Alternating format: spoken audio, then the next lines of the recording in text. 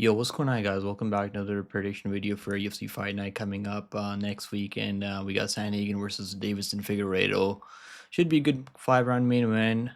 In the co-main, we got Reinier de Ritter taking on Nickal. Should be a good matchup there in the co-main event. This is at least we're not going back to the Apex. I'm happy about that.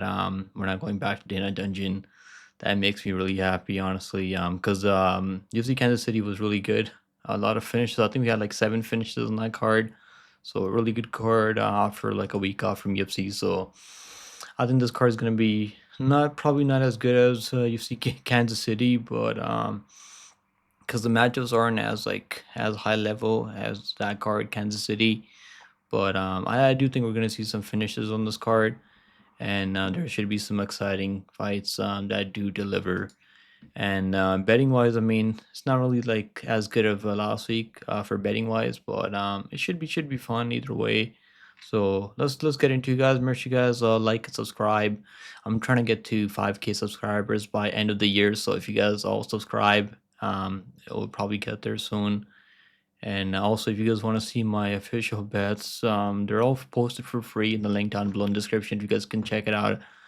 We were doing okay. I mean, over the long term, I've been tracking for the last 2 years, so we've done okay.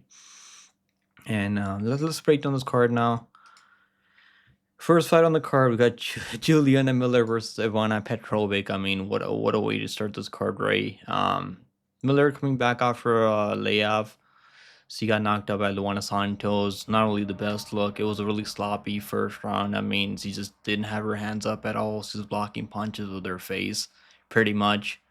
And I don't think Luana Santos is like a world class striker by any means.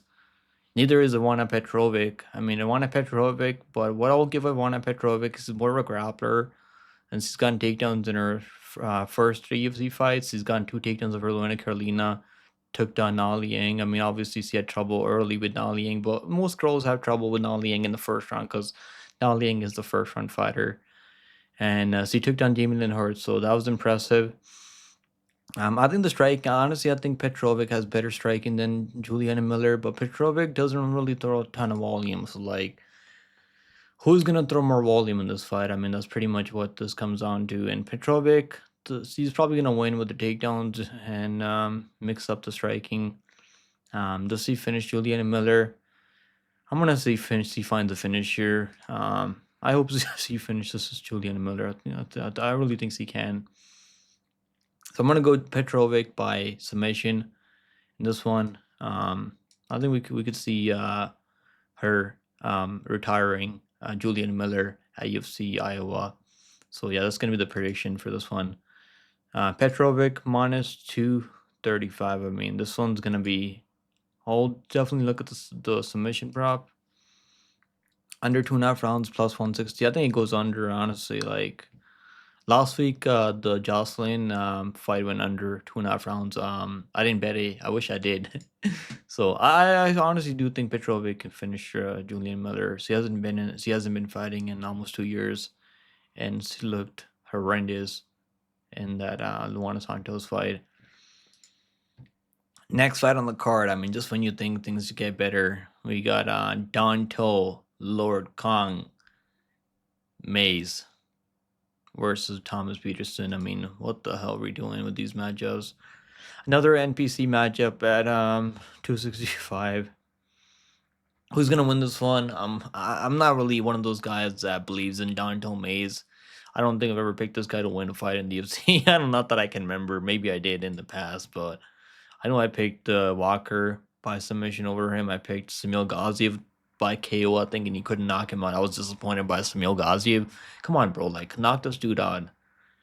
But what I'll say about Donto Mays is that he's the main sparring partner of John Jones, which doesn't matter because this guy he's shit. He beat Kaya Machado. He did drop Kaya Machado, but we found out Kaya Machado is a fraud. He was a fraud up at heavyweight. He's a fraud down at 205. So I don't really hold any stock over in that win over Kaya Machado at all. And he just got kind of picked apart by Rodrigo Nascimento. That was in Brazil. I think that was the same card as Bonfim and Dalby. and he just didn't do anything. I mean, he could have won that fight if he just went forward. Because Rodrigo Nascimento is another guy. He's actually fighting in PFL this week. He's actually fighting on Thursday. I think this Thursday in PFL. He's another one of these NPC heavyweights that just doesn't throw any volume, and he'll just like kind of lose fights that he could win. And Mays was one of these guys. He just stopped throwing punches in like the second round. So like I can just see Petersen staying busy because Petersen is one of these guys. He's actually known as a wrestler, like his base is wrestling, but his striking is okay. He just has trouble with guys that can knock him out, like Shamil the Blob Gaziev, and it was the Cuban guy. I mean, or not the Cuban. Where's he from again? Dominican Republic. Waldo Cortez Acosta knocked his ass out. He was actually winning that fight before he got caught in that third round. I think it was. I think it was third. Yeah, it was third round. He got caught in the third round, but he was actually like taking him down, controlling what's his name, uh, Waldo. Waldo, where's Waldo? He was actually winning that fight, so I actually think this guy's not that bad. But then against Jamal Pogues, that was his debut. Not really the best look against Jamal Pogues. I'm not sure why I'm spending so much time on this breakdown. I'm gonna go with Thomas Peterson. I just think he's gonna do more. Does he finish him? I'm not sure. I'm not sure he finishes this guy. Um, but I just think Thomas Peterson is gonna do more. Probably outstrike him like he did with Muhammad Usman. Just kind of went out there and picked him apart. Outpointed Muhammad Usman. Muhammad Usman's another fraud heavyweight. I mean, it's terrible. Give me Thomas Peterson by decision. I honestly hope he knocks his ass out. I mean, but I don't know. Let's see what the total. I mean, the over 2.5 rounds minus 175. Open at minus 265. I think they're right. I think the books are right. And I do see this one going over 2.5 rounds. It's going to be a really sloppy fight. And I think Peterson's just going to do enough to win 29-28 probably or something like that. I mean, so I'm going to go Thomas Peterson. But I don't know if you guys want to trust this dude, but I honestly think he can win. I feel like one out of 10. I feel like I'm like 8 at like 7 or 8 out of 10 that he's going to win this fight on my confidence level. So yeah, give me Thomas Peterson by decision. Hopefully he submits him or something, but I don't think Jiu-Jitsu's like as good as Walter Walker. Next fight on the card, we got Gaston Bolaños taking on Quang Lee. Now Quang Lee really disappointed me in that last matchup against Lang Zhao. I don't know what happened there. Like I'm happy I didn't bet on him. I did pick him to win there. Horrible pick, I know.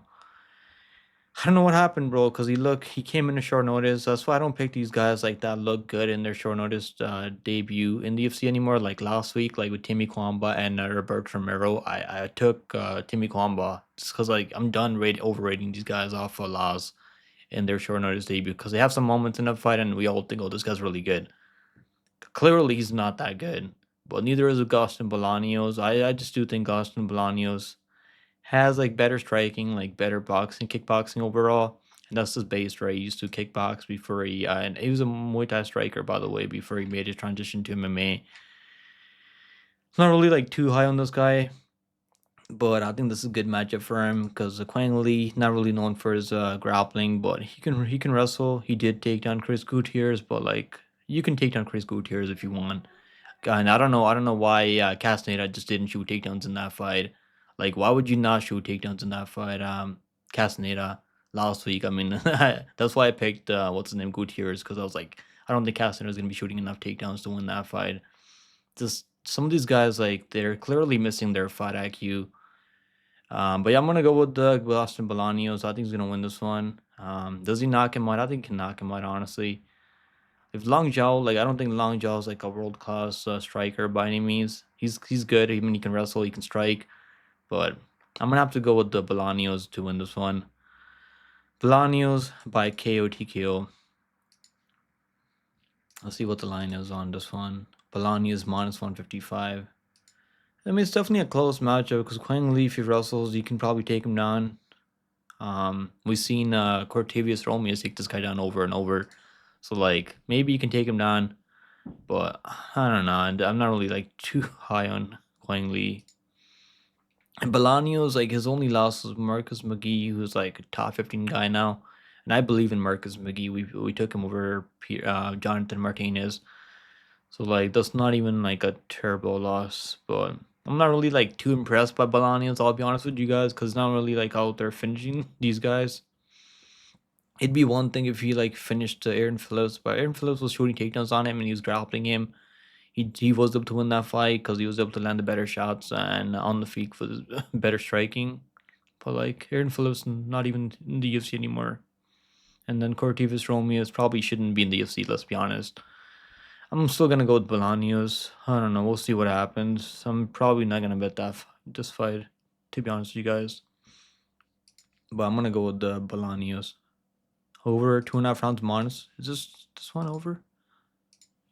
Oh, the Maze over 2.5 was minus 154. Okay, so I got that one wrong. This one over 2.5 rounds is minus 175. Damn, all these overs. I mean, do you think all these fights are going over? I mean, I think this one probably does go over. Next fight on the card, we have Marina Rodriguez versus Jillian Robertson. And this fight pretty much comes down to Jillian Robertson can get takedowns. Because if she can't get takedowns, she's probably gonna lose. So Rodriguez obviously like a much better striker in this matchup, and she's lost 4 of her last 5 fights, which is not good obviously, but she has been fighting some decent girls. Lucindo is okay. Jessica Andrade is not bad, honestly, former champion by the way. Michelle Watterson, I mean that was a retirement fight. I think that was a retirement fight. I'm happy she retired because that was a brutal KO by Rodriguez. Werner Jandiroba, I mean, top contender, right? Yeah, I've been a believer in Werner Jandiroba. She's my girl, so absolutely no shame losing to Werner Jandiroba. And Lemos, I actually picked Lemos as underdog. I think it's like plus 225 in that fight. I did pick Lemos, but it was an early stoppage, I feel like. But she was still getting her bell rang by Lemos with those big hooks that Lemos likes to throw early. Junior Robertson's striking is I can't tell if her striking is getting better because like some fights her striking looks terrible. Like that Tapdarichi fighter striking, so he couldn't get takedowns and her striking was just shit. And then she got takedowns on her Pauliana Viana. I mean Pauliana is a full-time OnlyFans girl, not really a full-time fighter. Michelle Watterson Gomez, I mean, she did beat the shit out of Michelle Watterson Gomez. He took her down over and over. I couldn't really finish her. I was disappointed. I did better by finish there, and I better by finish for Pinheiro. So, like, I had a crazy parlay with Robertson by finish. I think it was Malik by first round KO, and it was Mullins second round, and it was Regina Robertson. And I think it was Prate's second round over Magny. And it was like crazy odds, and Jillian Robertson just couldn't finish Pinheiro. Really disappointing there by Jillian Robertson. But I do think she's going to get takedowns here, and whether she finishes Marina Rodriguez, who the hell knows. But I do think she's going to win this one, probably by, I don't know, does she submit Marina Rodriguez? Rodriguez is like not that easy to submit. And like she's been letting me down. I mean, Jillian Robertson, she's got nasty elbows. She's been throwing those 12 to 6 elbows now. Now that those are legal in the UFC.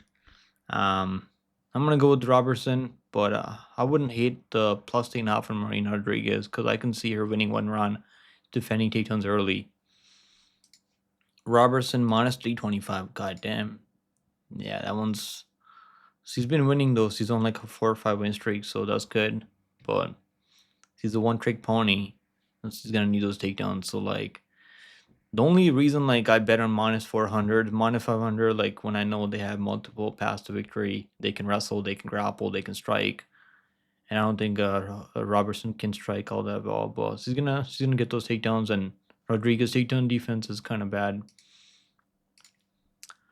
Next fight on the card, we got Azamat Bekoev versus Ryan Loder. Now I did fade Bekoev on it in his short notice debut against Jack Reese, but we took the under 1.5, like plus 150, so we cashed on that fight anyways. Because I was not gonna bet Jack Reese, even though like I was like maybe you can knock him out on the feet because he had some power, but clearly Jack Reese is terrible. Not horrible. I mean he's okay, but clearly he's not really a top fighter. I mean I've been watching Bekoev in LFA, and he fought the other guy that what was his name? The reason I was like fading him because he had a close fight with Dylan Budka because he was getting taken down by Dylan Budka. clearly, I mean, training at American Top Team is striking. Like his grappling is getting better, takedown defense is getting better, and those guys at American Top Team. I mean, they've been winning. So like that's all I really need to say. I always pick them now because they have a really good game plan, and they train with the killers over there in ATT. So I think he's gonna have a good game plan for Ryan Loder, who's a one trick pony. He's a wrestler, and he's gonna need those takedowns to win. I don't think striking is all that good. He will strike though, but like striking, like if it's striking only, I trust Bekoev in a striking only matchup because he's shown power on the feet. He can knock people out. He is kind of hittable though on the feet, but has shown a decent chin. So I'm gonna go with Bekoev to win. I know Ryan Loder took down Robert Valentin, but Robert Valentin has no takedown defense. We just seen it with the FNE fight recently that this dude can't defend a takedown to save his life. I've watched some of his other fights, and he's definitely got some power, but like I don't think striking is gonna be enough to deal with Bekoev. I'm gonna go with Bekoev by KO. I think Bekoev can knock his ass out, honestly.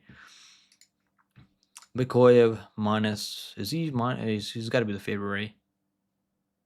Bekoev minus 280, yeah, okay, that makes sense. He's has more ways to win here, and he can also take down Ryan Loder. I feel like if he wants to.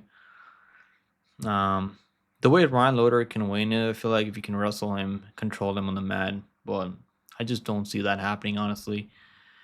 Next fight on the card, we got Yana Santos versus Misa Tate. Now this one's gonna be a fun matchup, guys. This one I am kind of excited for Misa Tate because I was trying to fade her last fight. I mean, what the hell am I saying? I was trying to like bet against her with the Avila, but Avila is kind of like done. She retired recently, so she's coming off a pretty good win over Avila. So he did finish Avila, which is impressive. Misa Tate obviously is a former champion, former UFC champion, and things haven't really been going too well for Misa Tate recently. But I think this is probably like this is gonna depend on whether she can get takedowns or not. And yeah, obviously she who does she beat to win the belt? That was Ronda Rousey by an armbar submission. She has really good jiu-jitsu though, so like if she can get takedowns here, she can probably win. But I got a feeling that Santos can defend takedowns against Misa Tate. But like my problem with Gianna Santos is she fights really close to the level of her opponents, and it's kind of like not good betting on her. But I think Gianna Santos can win, man. If she can defend takedowns against the Misa Tate, I'm gonna go with Gianna Santos to win, probably by decision. Misa Tate's really tough to finish, but I think Gianna Santos kickboxing is gonna be a problem if Misa Tate can't get takedowns here. So that's gonna be the way I go with this one. Gianna Santos on the scorecards. She's plus 111 right now. Yeah, I'm gonna go with Gianna Santos. Over 2.5 rounds minus 400. I think it does go over. If you want to sprinkle something, maybe Misa Tate by submission, because if she can get takedowns, she has really good jiu-jitsu. She can go for an armbar, arm triangle, like rear naked choke. So yeah, I'm gonna go with Gianna Santos. I think she's gonna be able to defend takedowns here. Next fight on the card, we got Jeremy Stephens, the return of Jeremy Stephens. I'm happy this guy's finally coming back. From what I heard, he's only got one fight on the contract this time. So if he loses this one, they're probably not going to give him another fight unless it's like a fight of the night on this card. Maybe if it's like a really exciting back and forth fight, maybe then they'll keep him around, give him another contract. But yeah, this is like his only chance to be in the UFC again. This fight against Mason Jones. And Mason Jones was a former UFC fighter, and he got cut. And because he lost to Ludwig Klein, he lost to Mike Davis, I think, back. Yeah, he lost to Mike Davis. Beat David Naman, which is aging really well, I mean, for him. Lost to Ludwig Klein. Ludwig Klein is fighting, I think he's fighting Gamrad soon. So, honestly, like, it's not even a bad loss. He's fighting to his Gamrad and end of this month. Next month, I mean. But yeah, Mason Jones obviously is a more well-rounded fighter. He's definitely like he's younger. I mean, 30 years old in his prime, and I bet on him in that last matchup like 9 months ago over Michael Pagani. Now he did have kind of a hard, tough first round over Pagani. Then he just kind of wore him down with the pace and pressure, and he did win that fight 29-28. I think it was. Yeah, he's been getting work done in Cage Warriors. I'm always kind of hesitant betting on these Cage Warrior guys because like the level of competition like really isn't all that great. But he's been in the UFC before, so I trust him.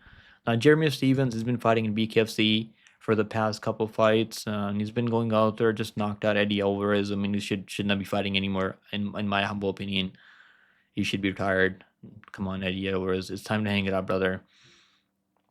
Man, I guess he knocked out Jimmy Rivera. I mean, there was a doctor stoppage, but I think Mason Jones gonna win this one, guys. I don't think unless he can knock out Mason Jones, that's the way he can win. But I honestly think Mason Jones is gonna be able to like pick him apart and probably mix in the grappling also. And Jeremy Stevens, I mean, he's been knocked out a couple times. I think he got knocked, or he knocked out. He's got power though, so like don't sleep on this guy too much. He's definitely got power, but I think Mason Jones' chin is pretty solid. Because Mike Davis was landing some bombs on Mason Jones. I remember he was eating those shots really well. I trust Mason Jones. I mean, not at this line. I mean, minus 500 is kind of crazy though, but I think he's gonna win this one. Minus 530. No, I mean, goddamn, he opened up at minus 350. He should win this one. Honestly, he should. The over 1.5. I think it goes over 1.5 rounds at least. Probably like a late second on finish, if anything. But I think this one, like Jeremy Stevens, is pretty tough though. Like if you don't put him out cold, he's gonna keep coming forward and pressuring you. But I think Mason Jones can deal with him. He's got really good footwork and also the grappling upside. Next fight on the card, we got Cameron Smotherman versus Surrey City. Now this is a pretty good matchup, man. Surrey City, he's been fluking his way in the UFC. Um, he should have won that fight over Ramon Torres, I feel like, but he lost. Then he fought Garrett Armfield. I'm pretty certain Garrett Armfield won that fight. I'm happy that I took the plus 2.5. I didn't take the money in for Armfield because I would have been pissed. Not like I think he was getting takedown, or he took down Garrett Armfield, I think. Or let me make sure like who took him down. I think there was wrestling in this fight. Just gotta make sure I'm not getting it wrong. Surrey City, yeah, Garrett Armfield was the one taking him down. He outstruck him too on those significant strikes. Now, like obviously Surrey City had some submission attempts, but like I think Garrett Armfield clearly won that fight 29-28, and I just can't understand they gave it to Surrey City. It just doesn't make any sense to me, honestly. I don't know how these judges score fights nowadays. Horrible scorecard. Yeah, Surrey City is a good striker though. He's definitely like a good striker. Has decent cardio, pretty good durability. He's probably has better durability than some other men. Now, some other men, he came in short notice. He actually fought on Dana White Contender Series in the past, but he got knocked out by this bum Charalampus Gregorio, who knocked his ass out in the first round. He's been knocked out before. Like he's kind of chinny in the first round. Like if you can catch him early, you can definitely like knock his ass out early because he kind of lacks in his defense. He was knocked out by who knocked him out also. It was like I think someone, yeah, it was like back in 2021. Jimenez. I don't even know who this guy is. Fought Christian Strong. Christian Strong is good. I think that's not a terrible loss. Christian Strong, he just won the BFL championship, I think, recently in yeah, he just won the BFL championship. He's not bad. I think we're gonna see Christian Strong in the UFC soon. Really soon. Um so like he beat Jake Hadley on short notice, won that fight 30-27, clearly won every round. And that was impressive. I was impressed by and he was a huge underdog there, I remember. I think he was like plus 400. He's only 27 years old, really young, and still developing in his MMA game. Now, I haven't really seen a lot of wrestling from some other men. He's more of a striker only. And Surrey City is also striker, so this is gonna be a striking only matchup. And I'm gonna go with Smotherman. I think Smotherman can win, man.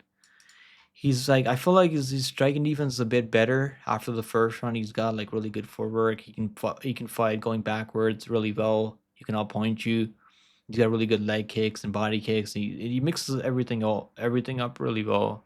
Surrey City, like he likes to box more than kick, but he's clearly really good. I mean, he's gonna be the bigger guy in this matchup, but I'm gonna go with some other men. And I like that he's underdog also plus 120 for some other men. I like some other men here. Some other men Buy this, and I think it goes over. Then I'm picking a lot of these fights to go over.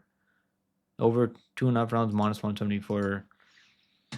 If Surrey City, maybe like you can sprinkle Surrey City by first round KO, because if you can like drop him, you can probably knock him out early. But if that doesn't happen, I'm gonna trust some other men to win the later rounds. Next fight on the card, we got Monto Jackson versus Daniel Marcos. Man, this one's tough, man, because I cashed a big parlay. I had a crazy plus 18,000 parlay. The last leg goes Marcos over Yanez, and I think I made like 20 units on that parlay. Crazy. So Marcos came through for me, but I wish he didn't take this fight, man. This one's tough matchup for Marcos.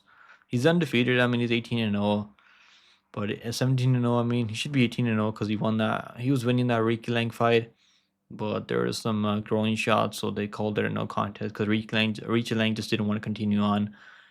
It is what it is, you know. But he beat John Castaneda 30-27 clears. I bet him there, bet him over Yanez. And I had a parlay, and like couple parlays with the Marcos, and I think I had him with the who's it? I think Alvarez, Joe Alvarez. I think it was. I think that was the same card, right? I think it's Joe Alvarez. Yeah, it was Joe Alvarez. I had him with the parlay, Joe Alvarez. He's good, man. He can wrestle now. We just seen him take down Yanez. He can wrestle a bit. He can strike. But the problem is like I don't know. I don't know if he has like too much power. Like Monto Jackson hits hard, man. This guy hits like a truck at 135 pounds. And that's gonna be a problem because Marcos is really hittable. His striking defense is really not that great. I mean, if for me to pick Marcos here, like I want to see striking defense. Like his striking defense should be really good. It's not. Let's see what his striking defense is just to make sure. Marco's striking defense is not good, man. He's getting landed on at 4.25 strikes per minute, and that's not good at all. Whereas Monto Jackson's only absorbing 1.42. That's really good. And grappling, obviously, like Marcos has better takedown defense, but he hasn't fought anyone like Ricky Simone. Ricky Simone's the guy that took down Monto Jackson, and I think it was JP Bates took him down early, but he got takedowns on JP Bays after, and then obviously he just knocked out Johnny Yaya, who shouldn't have fought at that point. That was a retirement fight. I think it was the next one. That Victor Henry fight was a retirement fight. Then Blackshear, obviously, like he knocked out Blackshear in the first like 10 seconds. I think it was 18 seconds. And I did bet on Blackshear there. I was like, maybe Blackshear can have success grappling because we've seen Monto lose like that before, getting out wrestled by Brett Jones, who's fighting in PFL now, and he got wrestled by Ricky Simone like back in like 2018. Well, clearly this guy's working on his grappling defense, and I think he's gonna be able to win this one, man. I think he can land the better shots. He can also get the KO. Give me Monto Jackson by KO. I think he can knock out Marcos. I hope Marcos can win, but this is just not a good matchup for him. I mean, I want to pick Marcos, like, but I know I'm kind of biased if I pick him because I feel like Monto is gonna be able to get this one done. Whether he knocks him out, I mean, Marcos has a pretty good chin though, so maybe he doesn't knock him out, but I think he could. I'm gonna say KO from Jackson. Next fight on the card, we got Santiago Ponzinibbio versus Daniel Rodriguez. Oh man, here we go. Like Ponzinibbio is washed, so is Daniel Rodriguez. Like this one pretty much comes down to who's more washed in this matchup. Is it Ponzinibbio or is it Daniel Rodriguez? Oh man, this one's tough. Obviously, Ponzinibbio is still knocking people out. I mean, that's good. I like seeing that. Knocked out Carlson Harris, but he was getting dropped early in that fight, and he wasn't not looking good. Lost a close fight to Muslim Salikov. I mean, could have gone either way. And he was like, I think he was taking down Salikov. People think that he won that fight. I actually picked Ponzinibbio, and I don't think he won that fight. Like Salikov was landing the better shots on the feet. And then Kevin Holland fight. I mean, like you went to the third round with Kevin Holland. Now Kevin Holland's like he's long and rangy and has a lot of power, and he can knock your ass out if you're not careful. So like Kevin Holland knocked his ass out in the third round. He actually was losing the Alex Morono fight. I remember, like up until like that third round when he caught Alex Morono with that nasty overhand right, just put him out. Man, I'm gonna go with is Rodriguez the favorite right now? I'm gonna go with I think Ponzinibbio can win. Who's favored? He's okay. Rodriguez is plus 100. I mean, the books open this at Pick'em. They don't know what the hell's gonna happen here. Ponzinibbio at least he's knocking people out. I mean, Rodriguez, like, when was the last time he knocked out anyone? I don't even think he won that Lee Jingling fight. I mean, he actually lost that fight. I remember.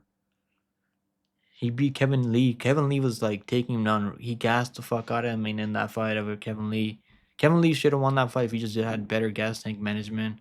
He knocked out Preston Parsons. I mean, that was Preston Parsons. I think short on his debut in the UFC when he beat Mike Perry back in 2021. But I just feel like he's been looking worse, man. I really feel like Rodriguez is like looking worse each fight I see this guy fight. I'm gonna go to Ponzinibbio by KO. Maybe not by KO. I mean, because Rodriguez has a chin on him. Maybe like the only guy that knocked him out was Ian Gary with that crazy high kick. Yeah, like, he just caught him. He just Rodriguez didn't see that high kick coming. I'm gonna go with Ponzinibbio, but fuck, man, who the hell knows this one? I'm gonna go with Ponzinibbio. At least he's getting knockouts. I mean, he knocked out Morono. Like Rodriguez, like went like he was like barely won that fight. I mean, over Morono. And Morono's like he's been washed for so long. He has no chin. Give me Ponzinibbio probably by decision. Man, he's not winning decisions though. Like he's only. I remember like he's losing the whole fight to Morono. Then he gets a KO. Like he's down 2 rounds. He's gonna need a KO in this fight maybe because I think he was losing to Carlson Harris maybe too. Then he found that KO later. Like I think it was a third round KO, right? So maybe like you can sprinkle like third round KO because Rodriguez he kind of does gas. I remember like he gassed against Neil Magny. He got subbed. He got dorsed by Neil Magny because I think he was winning that fight. I bet him there, and I was like, "What the hell, man? What are you doing, Rodriguez?" That was Magny. It was like a third round submission. I mean, he's been finished in the third round. It was only once. I mean, it's not too bad. Oh my god. I'm gonna go with Ponzinibbio. But Ponzinibbio is washed too. Like fuck. At least he's American Top Team guy. I'm gonna trust the American Top Team guy here, just based off the team. I'm gonna take the American Top Team over 10th Planet Jiu-Jitsu. Minus 120. I mean, fucking hell. I don't know if I want to do this one. Over 2.5 rounds. Minus 125 again. Damn, all these overs are like chalk. Like, hopefully, like, do we see some finishes on this card? I don't want to be sitting there live streaming for this card for like 8 hours. God damn. All right, guys. Next fight on the card is gonna be Renier de Ridder versus Bo Nickal. Now, I'm kind of a Bo Nickal hater. I'll be honest with you guys, because it's like I've been losing money betting on Bo Nickal fights because I bet the Bo Nickal I think by KO over Paul Craig. And he just didn't even like try to finish Paul Craig. Like it was a really close fight, but Paul Craig is tricky, and you definitely don't want to like go into his guard, I guess. So like I understand that why he wasn't trying to take down Paul Craig, but like at least trust your wrestling, bro. Like he wrestled. I think he actually wrestled up. What's his name? Craig Jones before, and he didn't get subbed. He actually beat Craig Jones in grappling. Or Ryan Gordon. I mean, maybe it wasn't Craig Jones. He actually did get an arm triangle by Gordon Ryan. I mean, that's not too bad. Gordon Ryan's one of the best grapplers out there. I don't know. Maybe I'm mixing him up with someone else. Him and Craig Jones maybe didn't grapple then. Man, Bo Nickal, like his striking is not too bad. He's the American Top Team guy, so like as I said earlier, I do like picking these American Top Team guys. I really wanted to pick Renier de Ridder, but his striking is kind of sloppy, man, and Bo Nickal's striking is a little bit more technical, and he can wrestle, so is Renier de Ridder going to be able to take down Bo Nickal? Probably not. And he's the bigger guy. He's 6'4" with a 78-inch reach, or Bo Nickal who's 6'1" with a 76-inch reach. More people are picking de Ridder. I'm going to go with Bo Nickal. I think this is not the fight that he loses. feel like once he like goes up to the top 15, like Fluffy Hernandez like is a bad matchup for him, I think. But like fights like this, the Ritter, he's got like good jiu-jitsu though, but is he gonna submit Bo Nickel? I don't know. I don't think so. He has more experience than Bo Nickel though, but Paul Craig has like pretty good jiu-jitsu too, even though he's like clearly like done at this point. I'm gonna go with Bo Nickel by decision. I think he can win by decision. I'll wrestle him. Bo Nickel minus 280. God damn. Kind of chalky line again. Yeah, I'm gonna go with Bo Nickel to win. What's the over? Damn, the over 1.5 rounds minus 182. I think it goes over 1.5 rounds, honestly. I don't know. I feel like it goes over 1.5 rounds at a pretty high clip. Cause like Bo Nickel, like he's not really gonna like take too many chances to get the KO if it's not there. And the Ritter can strike too. He's not like Ball Woodburn, who he just knocked out in like under a minute. Is Bo Nickel gonna submit the Ritter? I'm not really sure. Yeah, I'm gonna go with Bo Nickel by like maybe like a late TKO ground and pound, maybe. But I'm gonna say by decision. I hope I'm wrong. I hope we see some finishes on this card. Okay, what the hell did I just cancel the the Tapology? Let me see if I can find Tapology. Alright, guys, make sure you guys like and subscribe if you guys appreciate these early breakdowns. I just had to sit down, watch tape all fucking day, and then do the breakdown for you guys. So make sure you guys like and subscribe. And also, if you guys want to support my channel, you can become a member on the channel. You get some live stream perks, and I go live for UFC card and PFL card. I'm going to be covering PFL this week also. We have a card coming up for PFL on Thursday. So if you guys want prediction for PFL, I'm your guy. I cover PFL every week. And now let's break down this main event. Now we got Corey Sandhagen versus Deiveson Figueiredo. Pretty good matchup here, man. Deiveson Figueiredo, he hasn't looked bad at 135 pounds. Because like he was having trouble cutting down to 125.